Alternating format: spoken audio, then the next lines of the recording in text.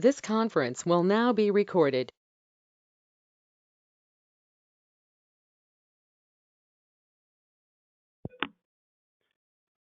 Good afternoon, everyone. This is Ken Dunlap from Catalyst Go, and I'd like to welcome you all to our Current Issues Live webinar series. And the subject today is going to be the airline bailout. Before we begin, we have several housekeeping issues that I'd like to share with you. First is, we would certainly hope that if you're calling in on a cell phone or through the internet joining us, that you would please mute your device. Sometimes, for some reason, our GoToMeeting system here will pick up folks who are not muted. So if you could help all of us out by muting your communications device, that'd be great. Today's call is recorded, and it will be made available as close to immediately after this call as possible. If you don't consent to having your voice recorded, please don't speak up or please leave the telephone call.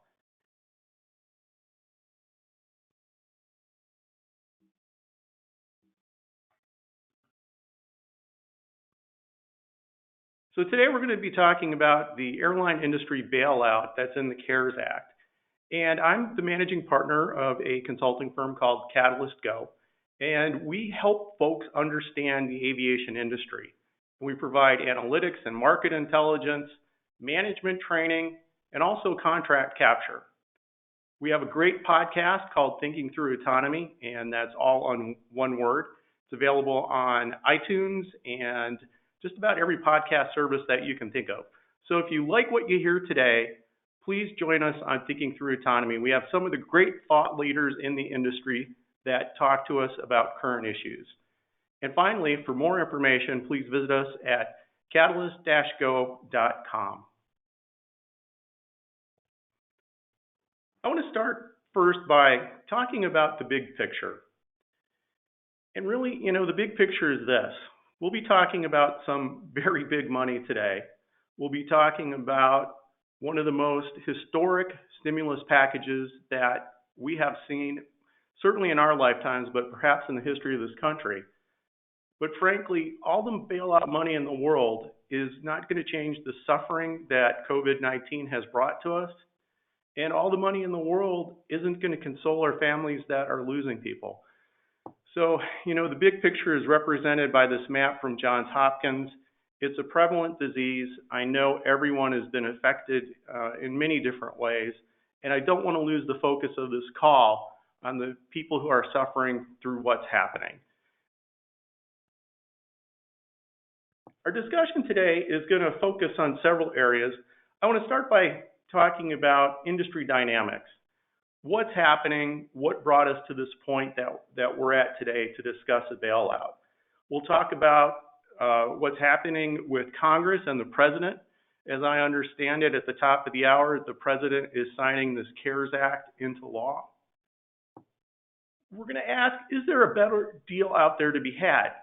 Because as we go through the discussion of not only grants but financial assistance, it's going to become pretty apparent pretty quickly that there are many issues with this legislation, and some might not be able to be overcome in the current formats it's written.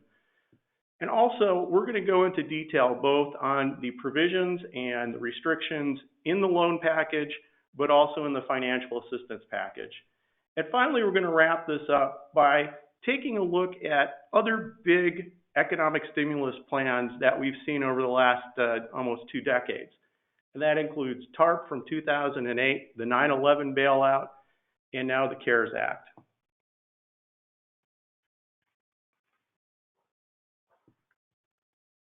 What's happening in the industry right now? Well, on the 24th of this month, just earlier this week, the world's largest trade association for airlines, IATA, put out a financial projection. And it essentially shattered what they had been predicting about the impact of the coronavirus on air travel that they had thought would happen up to this point. And originally they were expecting about $113 billion in global losses. But as of this week, they see global losses perhaps exceeding $252 billion. When they looked at North American Airlines in particular, and looked at their unrestricted cash on hand, they found that on average, the airlines here on this side of the Atlantic have only about an average of 2 months of unrestricted cash left on hand. And to compound matters, when IATA looked at the rest of 2020, they are forecasting a 50% loss of passenger revenue for the rest of the year. So that's kind of the economic clouds that are facing the industry right now. But as we talk about this bailout, we have to understand that there is 100 years of aviation history that led us to this point. Well, aviation is 100 years old, and that means that there's 100 years of experience with airlines dealing with other airlines, dealing with governments, dealing with one another, dealing with labor associations. And so there have been a lot of positions created over the last 100 years that probably won't change for the next 100 years. And generally speaking, when we're talking about bailouts, the governments generally fall on the side of trying to not decide winners and losers in the bailout packages and keep air service generally stable in most markets and most cities. There will be a few exceptions to that, but generally speaking, that's the overall government. But another outside force is the force of anti-competitive measures that may get cooked into some of the things that are being talked about in these stimulus packages. And a focus on anti-competitive measures is something that outsiders have really spent a lot of time using laser beams to analyze what the airline industry is doing. And anti-competition is something that is current in recent memory. In 2006, there was an airline price fixing scheme where $1.8 billion of fines were assessed against airlines, both in Europe and here in the United States. There were $1.2 billion in settlements. Several individuals even went to jail for anti-competitive behavior. And even more recently, in September of 2019, a lawsuit was resurrected, and that was Sabre suing U.S. Airways, a company that is now part of American Airlines. So with that laser-like focus, we can really generally expect that the government and that the airlines are going to work hard to not decide winners and losers and engage in activity that might appear that they're trying to do that. So what's happening today? Today was a roller coaster ride when it came to the CARES Act legislation. 4 o'clock, expect that the president will be signing or has signed this legislation. The Senate passed it on the 25th, 98-0, and they're in recess right now until April 20th. But there is a lot of drama that you might or might not have seen in the press today in the House of Representatives.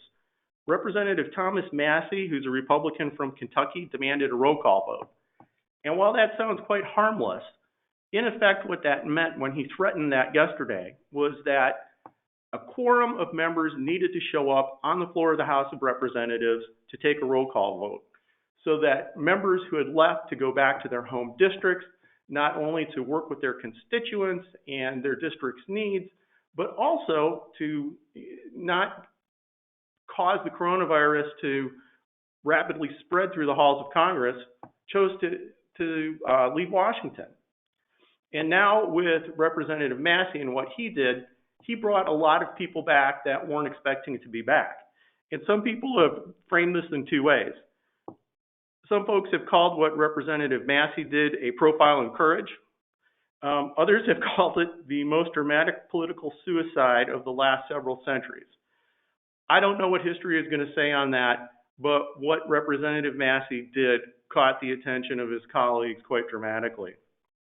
But in the end, there was some political maneuvering done by both parties, the Democrats and the Republicans, and they were able to use procedural motions to make sure that Representative Massey wasn't able to call for the roll call vote, and they wound up passing this legislation being via a voice vote.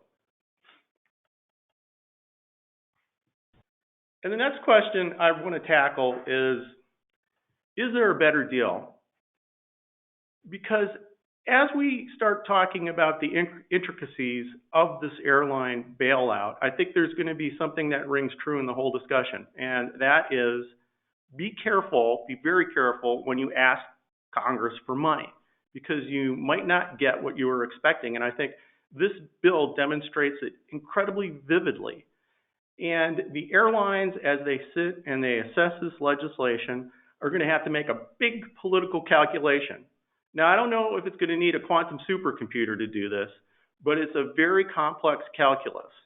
And they need to ask one important question. Should we take what we were given and be thankful and stay quiet? Or should we try for a better deal in a future relief package? And that's not an easy equation. But let's look at history to see if there are some sort of answers to this. Congress typically now does not go back and fix complaints that the airlines have with legislation. And their attitude with the airlines tends to be, take it or leave it because we're moving on. And that goes back to part of this 100-year-old history between the regulators, the legislatures, and the airlines and labor. That's how these issues are handled. And we have seen that happen repeatedly when it comes to FAA reauthorization, DHS security legislation.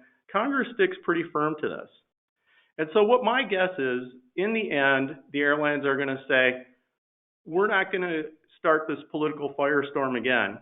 But what they are doing right now is they're working with the congressional and White House leaders that they've worked with to get everyone on the same page in terms of what was written reflects what was said and what was agreed to.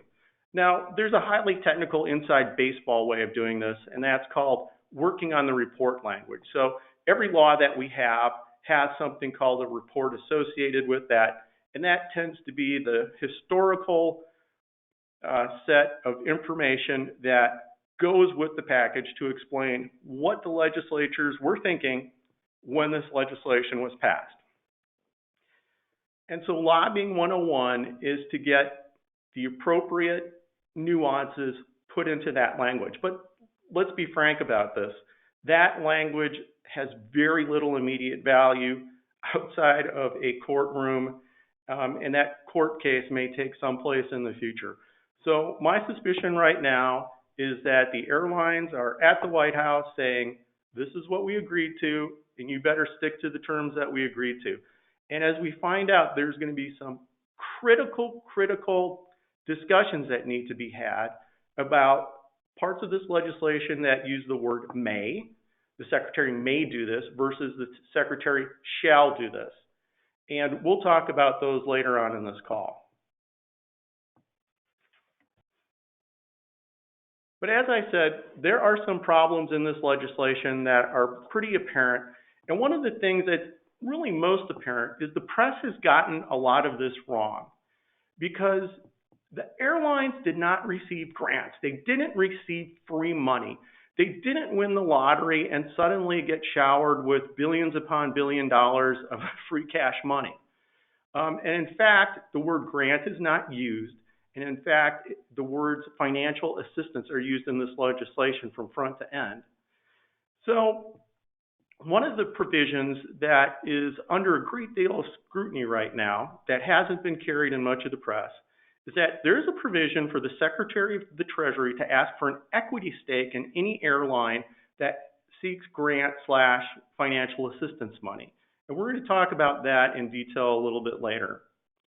And really, for some airlines, a government-owned equity stake may be a non-starter, and that may turn them off to considering further action under this and sending further applications in for grants and loans. And there's another distinction here. If you compare the language for a financial assistance/grant versus that for a loan, you find that under the financial assistance provisions, the Secretary of the Treasury may ask for the equity, but if you seek a loan, you must give equity to the government. And I guess airlines need to figure out if they can live with that. And finally, one of the really big things, really huge things in this entire legislation is that the CARES Act only covers operating expenses of the airlines, and it doesn't cover the cost of capital. And we'll look through that in terms of some specifics and across what has happened from 9/11 in a few minutes. But what I want to do next is talk about the provisions in the loans. If you look at the loan package, there is $500 billion of total loans set aside for business. And of that money, $25 billion is earmarked for air carriers in the air industry, $4 billion for cargo, $17 billion for national security businesses, and I think you can kind of define that as Boeing. And then there's a remaining $454 billion for everyone else. And all of this money is going to be overseen by an inspector general and accountability committee. There were, in reality, few broad powers that were given to the Treasury Secretary in all of this. So that's something to keep in the back of your mind. One of the things that we need to pay special attention to, and if you look at the right-hand part of this slide, are several provisions that Congress put in this bill. So the Secretary of the Treasury needs to make several determinations before money will be given and loaned to an airline. And the first question the Secretary has to answer is that airline in jeopardy? And what does in jeopardy mean? In jeopardy means that it will continue ceasing to function as a business if that loan money is not given to the airline. And the philosophical question in there is, if you're an airline that applies for a loan, you are telling the investment community that you are in jeopardy of existing. And the question is, do airlines want to give that impression about their stock and the future of their companies when they apply for a loan? Next, credit has to be judged as being not available to the airline. Next, loan guarantees need to be sufficiently secured. And when you talk about the rates that the Secretary is going to set, the Secretary of the Treasury is going to set those on risk and the average current yield of bonds. All the loans are limited in duration. They're only 5 years long. They're encouraged to be shorter than that. And as we were talking about at the top of the call, warrants or equity interest is going to be required to be surrendered by that airline to the government if the loan application is successful. Now, in terms of processing, 10 days after enactment, so add 10 days today, instructions have to come out for loan applications. There have been suggestions that those are going to look a whole lot like the instructions that were given for ATSB loans, which is the Airline Transportation Stabilization Board from 9/11, and that's going to be the forms that are going to be initially used. But when you talk about the loans, you also need to talk about the loan restrictions. And there are, again, some deal breakers or deal makers in these restrictions that we see as they apply to the loans. The first restriction is that a company cannot issue dividends or do a stock buyback over the term of that loan or for 1 year after that loan expires. Next, the company has to maintain employment levels as of March 24th, 2020, so a couple of days ago, and maintain that employment level until September 30th of 2020. And then thereafter, so beginning October 1st, 2020, you can only reduce your workforce by no more than 10%. In terms of offshoring or outsourcing of jobs, that can't be done for the term of the loan as well as 2 years thereafter. And there are labor protections involved in the loans as well. So collective bargaining agreements must be maintained for the length of the loan plus 2 years thereafter. And companies must remain neutral in union organizing. Now, this provision specifically has a strong application at Delta Airlines, where there is a labor movement of the flight attendants seeking to organize there. Several years ago, that organization was voted down, but certainly we have the impression that AFA, which is the Flight Attendants Union, will try to organize again. And that is probably a provision designed at protecting that labor organization. Now let's move on to the topic of financial assistance. And this is really the part of the bill where the free money is starting to look not so free, where the champagne bottles shouldn't be broken out because there are many, many restrictions. And this is under Subtitle B, Section 4112, if you're tracking what I'm saying within the legislation. The financial assistance or grants, and I'm going to probably interchangeably use those words as we go, consists of $32 billion in grants. $25 billion is earmarked directly for passenger carriers, $4 billion for cargo carriers, and $3 billion for contractors. And when you think of contractor, essentially think of the employees that you see around an airplane on a ramp who are either fueling it, throwing in the bags, providing catering. So it's all of the essential support services that keep the airlines running and the airports functioning. Now, one of the primary restrictions on this money is it can only be used for wages and benefits. And that amount that an airline could get if they apply for financial assistance has to follow a formula. And that formula is this. You're going to take a look at the period of April 1st, 2019, so last year, until September 30th of 2019, and add up what it cost you in salaries and benefits. Now, that's a public number. That number is given by the airlines to the Bureau of Transportation Statistics on a regular basis, and that's a publicly available number. Financial assistance becomes effective 5 days after enactment, so 5 days after today. And payments are going to start 10 days after an application is made. And there are high-level requirements that come with this financial assistance. And there are 4 that I'd like to highlight today. The first one is that this money shall only be used, and that's the language, shall only be used to preserve jobs. The funds are paid to the air carrier directly, and the air carrier in turn will pay the employees.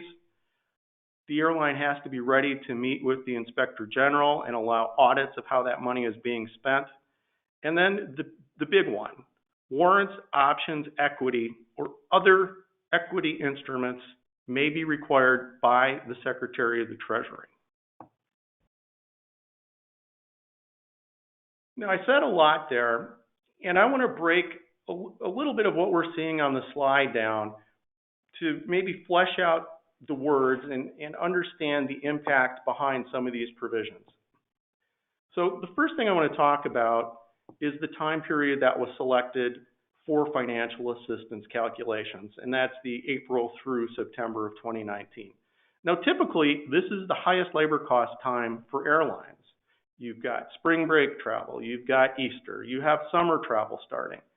And so if you take a look at the overtime, pre-positioning of crews, pre-positioning of mechanics and maintenance material, that really for a passenger carrier represents a pretty good chunk of employee benefits and employee salaries. And so it's a good benchmark to have given to Congress.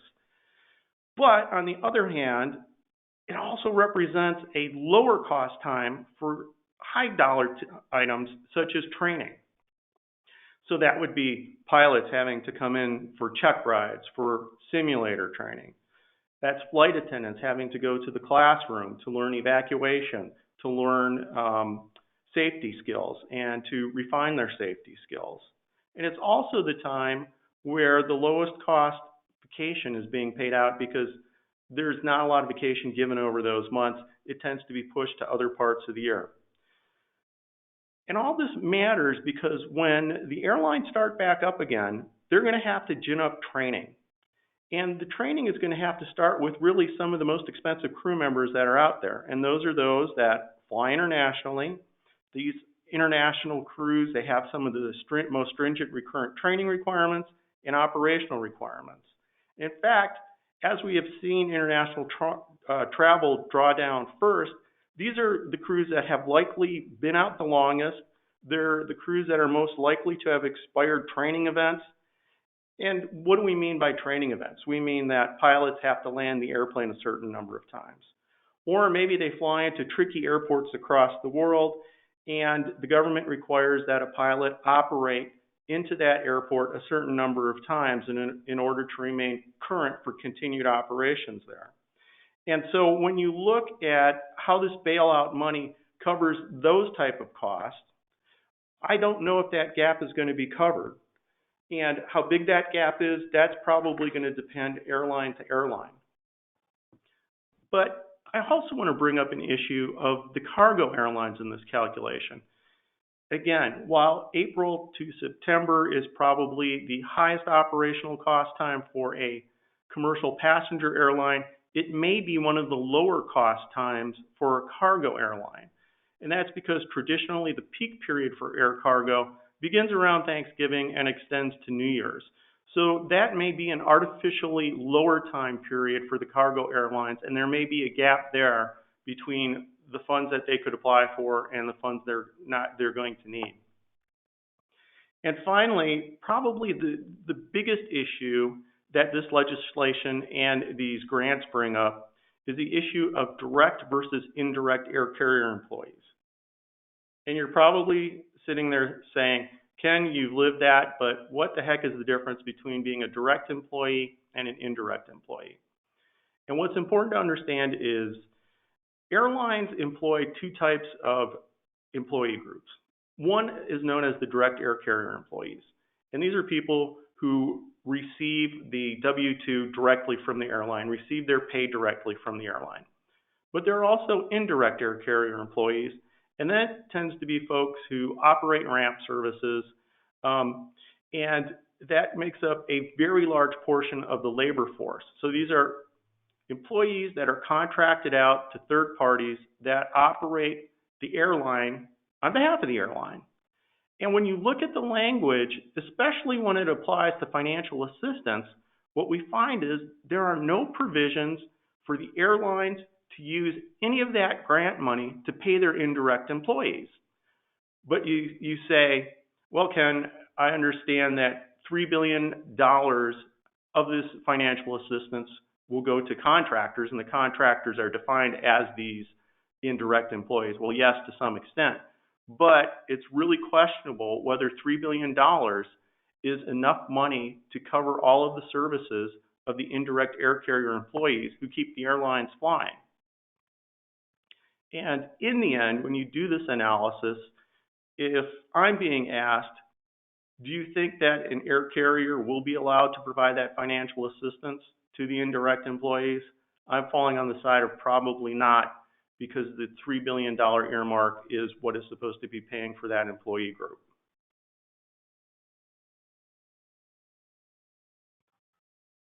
Let's talk just a little bit about the financial assistance restrictions that are contained in this legislation. There are 6 that I want to highlight and talk about a little bit in detail. Airlines first, they have to refrain from any voluntary furloughs or pay reductions until September 30th of 2020. So there are labor protections there. Much like what we've seen in loans, no dividends or stock buybacks can occur, and that extends all the way until September 30th of 2021.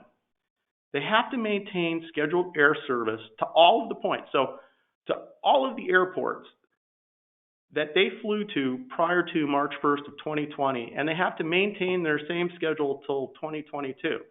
So if you think about this, and you take a look at the load factors that the airlines are flying under, and you say you have to continue flying to those same airports, to airports that maybe are not revenue positive for you, which at some point would make sense that you stop flying to.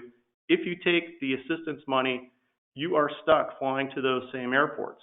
Now, again, that goes back to the proposition that the government doesn't want to choose winners and losers, and they want to maintain air service. But as a business, that ties a business's hands on what they can do to contain their costs to those route structures that are not making any money for them. Next, air carriers can't be compelled to enter into collective bargaining negotiations under the terms of the financial assistance package. And then there are a couple of restrictions on executive compensation that I'd like to talk about for a little bit. The first round of compensation restrictions apply to those employees that make over $425,000 a year. And these are specifically defined as non-labor contract eligible employees. So it would be the non-union workers making over $425,000 for an airline. their pay is restricted to 2019 levels. And if you're an executive at an airline that is making more than $3 million a year, your pay is going to be capped at a formula where you can get paid the first $3 million, but any amount over that $3 million, you can only get paid 50% of it. So that's the high-end financial assistance restriction. And I really do think this is going to be a titanic question that an airline is going to have to decide for itself. And I think every airline is going to have a different calculus that comes out of this, because the airlines are going to have to decide, do I really want to continue serving the same airports and, you know, perhaps lose money through that route structure and not being able to change it until 2022? And finally, the other thing that I think, when we look at things like executive compensation, that is something that the airlines, in fact, said that they would offer to the government, and that's probably not going to be a factor. But again, if you combine the fact that operating expenses are only covered and you can't use this for any of your CapEx expenses, really tough decision if you're an airline.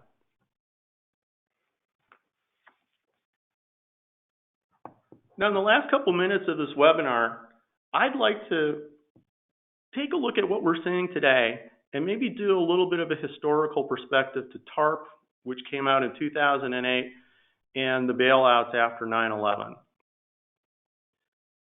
So as we work backwards here along the timeline, let's talk about TARP.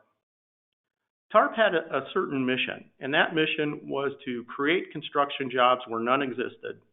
And it was about getting people out to work on construction-ready projects, and that's where we got the phrase shovel-ready projects.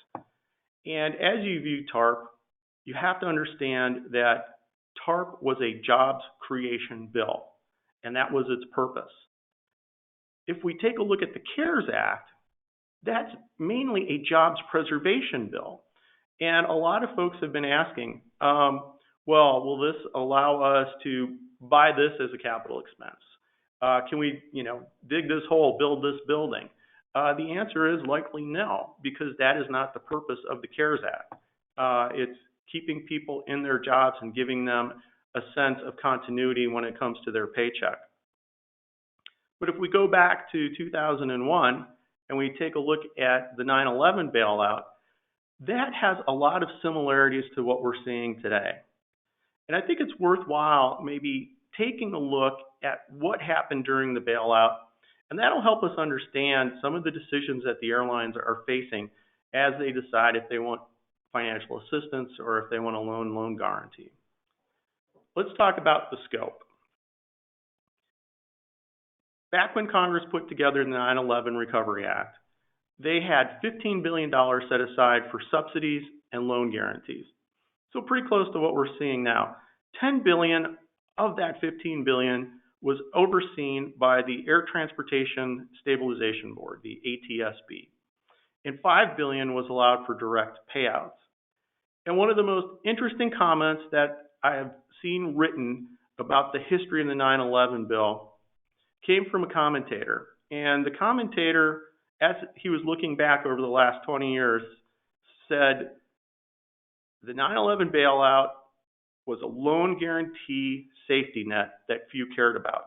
And in fact, while that sounds dramatic, it seems like some of the numbers behind what we saw back up that assessment, as harsh as it may sound, because some airlines took advantage of the 9/11 bailout. Some airlines' bids were in fact turned down, and in the end, there were roughly only about $1.6 billion in loan guarantees that were handed out and $3.8 billion in direct payments, and those were based on the number of seat miles that an airline flew. If you take a look at some of the large competitors of the day, some which no longer exist in their current form, we had companies like American and Continental and Delta and Northwest. They had access to capital markets, so they didn't take the 9/11 loans. Southwest, which has a very tough time losing money during its history, and was actually doing very well prior to 9/11, they didn't even apply for an ATSB loan. United, my airline, they applied for a loan and were denied the loan by the ATSB. U.S. Airways, which is now part of American, they received just about $1.0 billion in loan guarantees from the ATSB, and America West received $380 million. And all of these loans had terms that look a whole lot like what we're seeing today. So one of the four major terms that I really want to talk about are these. The airline had to submit a business plan to show how it would pay back the loan. The ATSB had to review it. There were limitations on executive compensation. Back then it was $300,000 instead of the $425,000 today. There were labor cost limits. Stock warrants had to be issued back to the government. And in fact, these stock warrants and the equity in the airline, it was a pretty big bill. And in fact, America West, which received $380 million, wound up having to give back to the government 33% of its stock. So it wasn't a trivial number.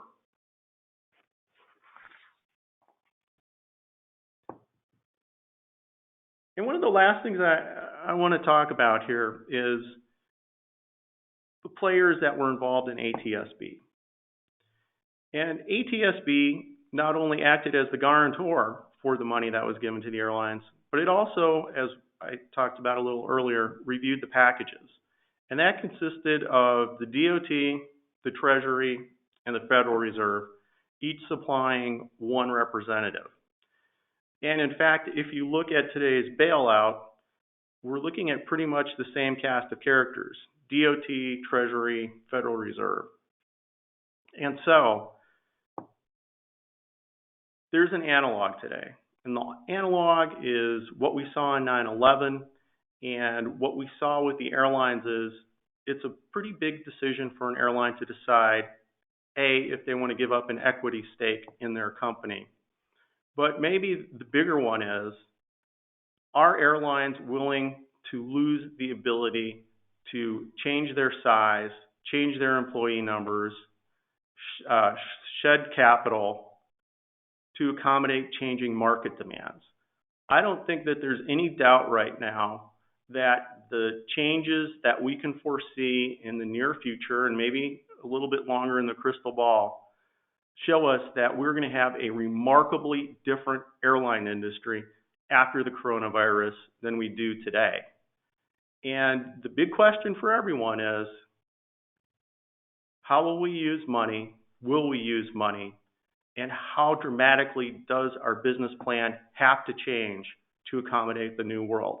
And I think how an airline answers that question is going to decide whether or not they're going to take financial assistance or a guaranteed loan.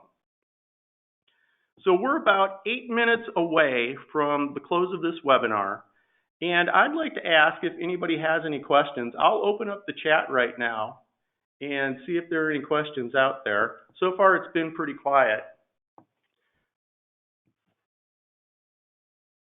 And I am not seeing anybody join the chat. So I'm hoping that I answered everyone's questions. Later on today, this whole webinar will be posted on the Catalyst Go website. You can also sign up for our newsletter. If you look at it and scroll to the bottom of every one of our web pages, we do have a subscribe button, and you'll be able to get into these webinars, see some of the things we write, and get an early notice of some of the great podcasts that we put out.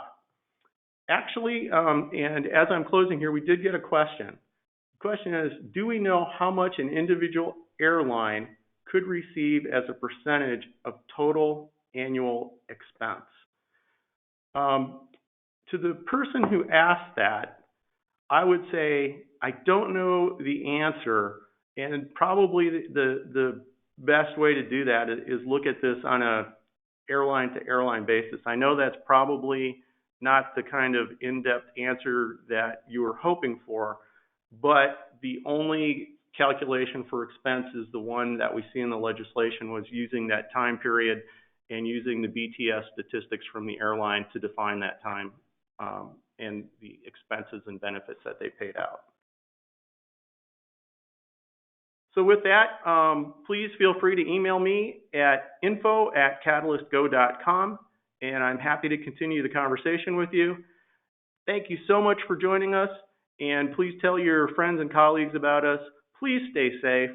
Please be careful. Please social distance. Let's all get through this together. This is Ken Dunlap for Catalyst Go signing off, and thank you so much for joining us today. Take care all.